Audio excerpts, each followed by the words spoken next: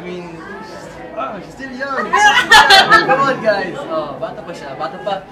Sobrang aga pa sa relationship namin para sabihin yung term.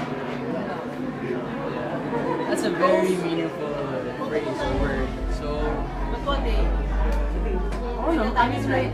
kung talaga nakahanda sa amin itong mga sunod-sunod na projects and everyday kami magkakasama, hindi ko masasabi na hindi may possible. I don't know. Wala pa tayo.